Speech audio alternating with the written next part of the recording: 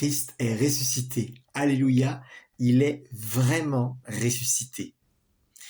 Nous célébrons le passage de la mort à la vie, la victoire de la vie sur la mort. Jésus est vivant. Pâques, le premier jour de la nouvelle création, le Christ se tient au milieu des siens et leur déclare « Shalom, la paix soit avec vous ». Alors nous avons eu un gros problème technique, une panne informatique qui ne nous a pas permis de filmer la veillée de louange de Pâques, malheureusement, et je m'en excuse, nous nous en excusons. Néanmoins, je vais enregistrer maintenant le message pour vous permettre au moins d'avoir la prédication. Je dis malheureusement parce que, évidemment, nous n'aurons pas le temps de louange. Mais bon, voilà. Mieux vaut le message que rien du tout. Donc, je me réjouis de pouvoir partager de nouveau la parole afin que vous qui n'avez pas pu être présents dimanche, eh bien, vous puissiez au moins avoir ce message. Avant, je vous invite à la prière. Seigneur Jésus, Christ vivant, nous t'en prions. Par ta parole, fais grandir en nous ta vie. Accorde-nous ton Saint-Esprit, apaise nos peurs et réveille nos cœurs.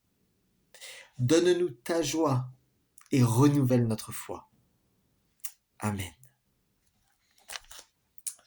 Nous lisons dans l'évangile de Matthieu, chapitre 28, les 7 premiers versets.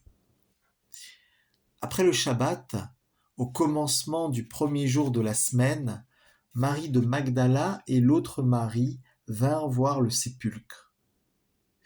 Et voilà qu'il se fit un grand tremblement de terre. L'ange du Seigneur descendit du ciel, vint rouler la pierre et s'assit dessus. Il avait l'aspect de l'éclair et son vêtement était blanc comme la neige. Dans la crainte qu'ils en eurent, les gardes furent bouleversés et devinrent comme morts. Mais l'ange prit la parole et dit aux femmes : « Soyez sans crainte, vous. Je sais que vous cherchez Jésus, le crucifié. Il n'est pas ici parce qu'il est ressuscité, comme il l'avait dit. Venez voir l'endroit où il gisait. Puis vite, allez dire à ses disciples, il est ressuscité des morts, et voici qu'il vous précède en Galilée. C'est là que vous le verrez. Voilà, je vous l'ai dit. Seigneur, ta parole est la vérité, conduis-nous dans toute ta vérité. Amen. Et j'aimerais qu'aujourd'hui, sœurs et frères, cette vision de l'ange qui roule la pierre du sépulcre et puis qui s'assoit dessus, eh bien, se grave en nos cœurs. Parce que cette vision-là, elle a la puissance de communiquer la réalité de la résurrection de notre Seigneur Jésus-Christ au plus profond de notre être. Alors, dans cette perspective, j'aimerais ici faire 5 remarques. Première remarque d'abord, la venue de l'ange, elle s'accompagne d'un véritable séisme, un grand tremblement de terre. On peut aussi traduire le mot grec par choc, un grand choc. Vous savez, parfois dans la Bible, lorsque Dieu s'approche, la terre tremble. Donc l'ange du Seigneur, ici, c'est à la fois un signe et un reflet de la présence agissante de Dieu. D'ailleurs, son aspect est comme l'éclair, et ses vêtements sont blancs comme la neige. Ça, ce sont des caractéristiques de la gloire de Dieu, des caractéristiques de la lumière, de la splendeur, de la majesté, de la sainteté de Dieu. Donc, c'est bien en présence de Dieu que nous sommes ici. Et cette présence et cette action de Dieu, reflétée par l'ange, elles sont pour la vie. Elles produisent un séisme, et je l'ai dit, un choc de vie. Séisme et choc qui viennent donc connecter notre foi à la vie de Dieu. Mon frère, ma sœur, aujourd'hui, laisse ce séisme de vie réveiller en toi la capacité de tourner ton cœur vers la lumière de Dieu. Laisse ce choc de résurrection agir au plus profond de toi pour te relever de tes malheurs. Pour te relever de tes malheurs et pour te remettre en marche. Laisse ce choc de vie t'arracher au choc de toutes tes épreuves passées et présentes. Laisse-le déposer en toi la certitude que tu es connu et aimé du Seigneur jusque dans le lieu de tes douleurs et de tes peines. Laisse ce choc de vie réveiller en toi, oui, la confiance et la paix du cœur. Le désir de t'abandonner à Dieu. Le désir de te laisser plonger dans son infinie tendresse. Le désir de te laisser porter par sa compassion inébranlable. Et donc le goût d'une communion renouvelée avec Jésus. Bref, laisse ce choc de la résurrection te faire renouer avec ce qui est vivant au plus profond de toi. Et puis aussi, laisse ce choc de vie te libérer de tout ce qui peut t'enfermer dans la routine quotidienne, dans une certaine torpeur, dans une certaine léthargie spirituelle. Oui, laisse-le, ce choc, te faire sortir de tous les tombeaux, de la tiédeur, de la passivité, du manque de zèle, du désengagement, de la démission, et laisse-le faire de toi un vrai vivant, une vraie vivante. Un vrai vivant qui témoigne par toute sa vie et par tout son engagement au service de l'Évangile, eh bien, du Christ vivant, le vivant précisément avec un grand V.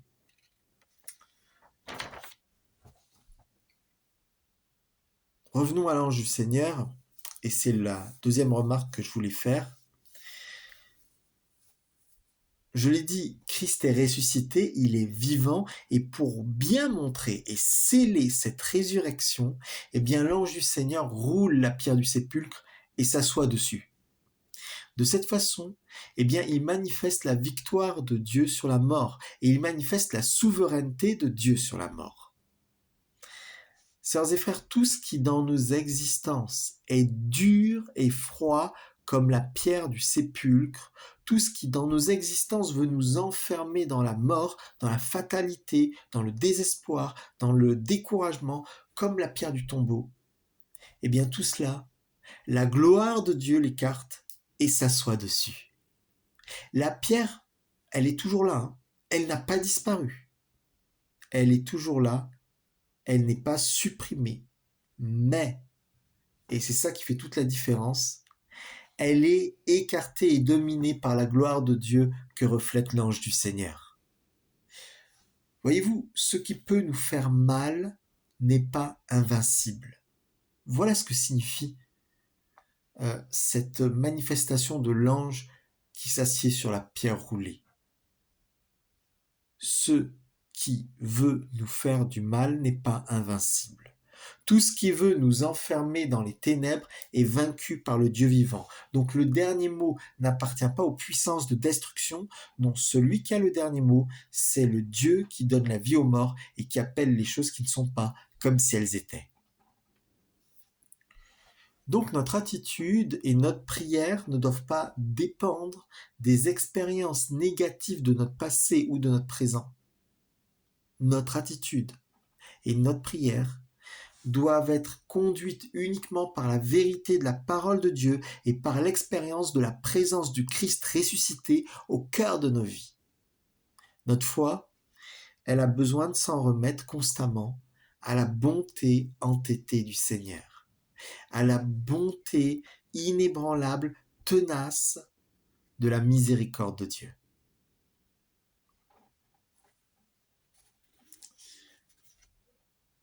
Troisième point. Quand je pense à cet ange du Seigneur assis sur la pierre roulée, je pense aussi à Hébreux 11.4, Hébreux 1.14, Hébreux 1.14 qui nous rappelle que, vous savez, les anges sont, je cite, des esprits au service de Dieu, envoyés pour exercer un ministère en faveur de ceux qui doivent hériter le salut, c'est-à-dire en notre faveur à nous tous. Nous ne devons pas les adorer, les idolâtrer, les anges. Nous ne devons même pas les invoquer. Mais nous devons nous réjouir de leur service au milieu de nous. Ils agissent parmi nous, parfois aussi pour nous encourager, pour nous guider, nous conduire, comme c'est le cas ici pour les deux maris.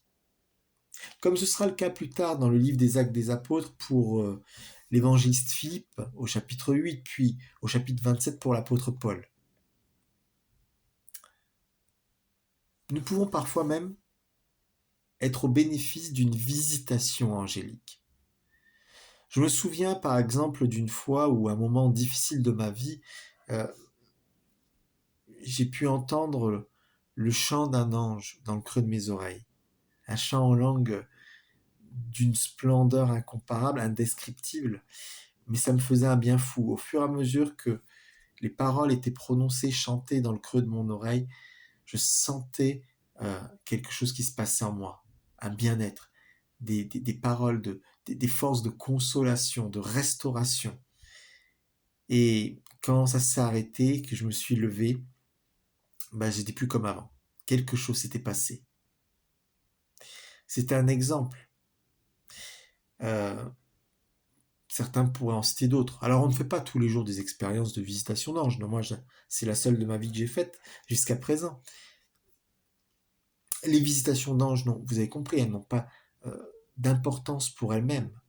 Elles ont de l'importance pour la gloire de Dieu dans nos vies, au service de laquelle ces visitations angéliques sont. Mais j'ai envie de dire, pas besoin d'avoir la visitation ou la vision d'un ange pour savoir qu'ils sont à l'œuvre parmi nous. Et ça doit vraiment nous émerveiller. Ça doit vraiment nous réjouir et nous encourager. Je veux dire qu'il n'y a pas que les démons, euh, les puissances des ténèbres. Parfois, dans nos milieux charismatiques, nous sommes focalisés sur ces choses-là. Il y en a qui sont obsédés par ça. Il y en a qui retiennent plus de noms de démons que de noms de Dieu. Non, c'est important de nous souvenir qu'il y a aussi et d'abord les réalités angéliques. Ces réalités angéliques qui ont pour but de déployer la clarté, la splendeur et la vie de Dieu au cœur de nos vies. Alors bien entendu, leur but, c'est pas de fixer encore une fois notre attention sur eux. Le but des anges, c'est vraiment la gloire de Dieu qu'ils servent. Et c'est de fixer donc notre attention sur cette gloire de Dieu.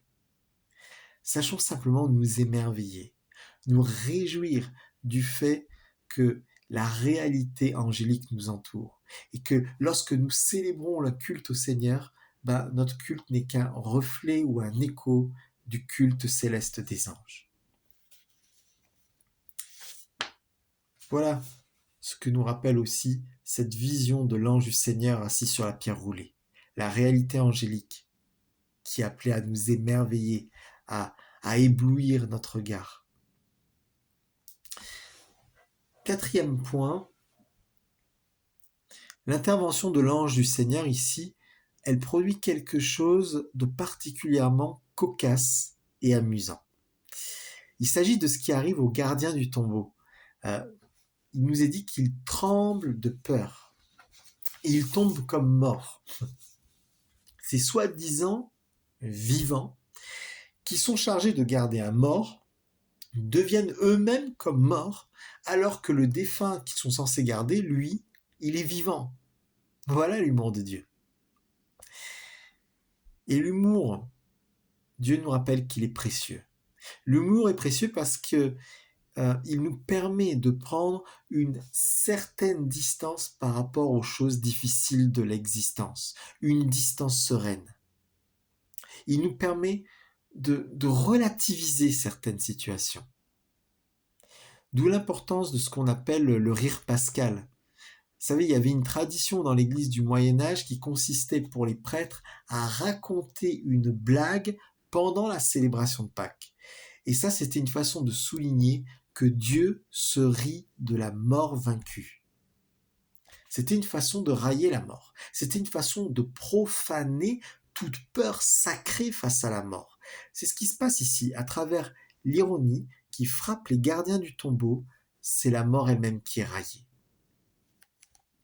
C'est là le moyen pour l'Évangile de nous faire sortir de toute forme de peur, de toute forme d'angoisse face à la mort. Et ça, c'est précieux. Donc, l'humour de Dieu, qui est là pour nous apprendre à nous-mêmes prendre les choses un peu avec humour. Mais c'est pas tout. Il y a encore autre chose d'important ici. Ces gardiens du tombeau qui tremblent de peur et qui tombent comme morts, ils renvoient à toutes les réalités spirituelles mauvaises qui veillent à ce que nous restions enfermés dans le tombeau de nos découragements et de nos apitoiements sur nous-mêmes. Ces gardiens-là, sœurs et frères, ils ne doivent pas nous intimider. Parce que la gloire de Dieu, elle peut et veut les renverser et les neutraliser, ces gardiens du tombeau. La gloire de Dieu est libératrice. Et à travers l'ange qui s'assied sur la pierre roulée, le Seigneur déclare à toutes les forces de l'enfer, n'essayez pas de le refermer, ce tombeau. Vous n'y arriverez pas. Vous ne pouvez rien contre le vivant.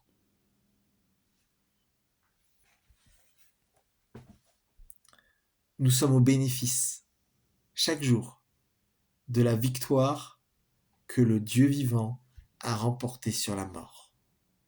Et sur le fait que cette pierre, elle est roulée. Non seulement la pierre du tombeau de Christ il y a 2000 ans, mais, vous l'avez compris, la pierre de nos propres cœurs. Rien ne peut nous enfermer dans les tombeaux de l'existence. Comme le disait Luther, quand tu déclares Christ est ressuscité des morts, proclame en même temps « Je suis ressuscité avec Christ d'entre les morts ».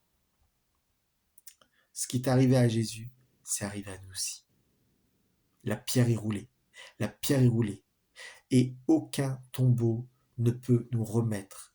Aucun gardien du tombeau ne peut nous remettre dans le sépulcre. Enfin, dernière remarque, l'ange assis sur la pierre roulée annonce aux femmes l'évangile de la résurrection. Je relis ces paroles de l'ange. Soyez sans crainte, vous. Je sais que vous cherchez Jésus, le crucifié.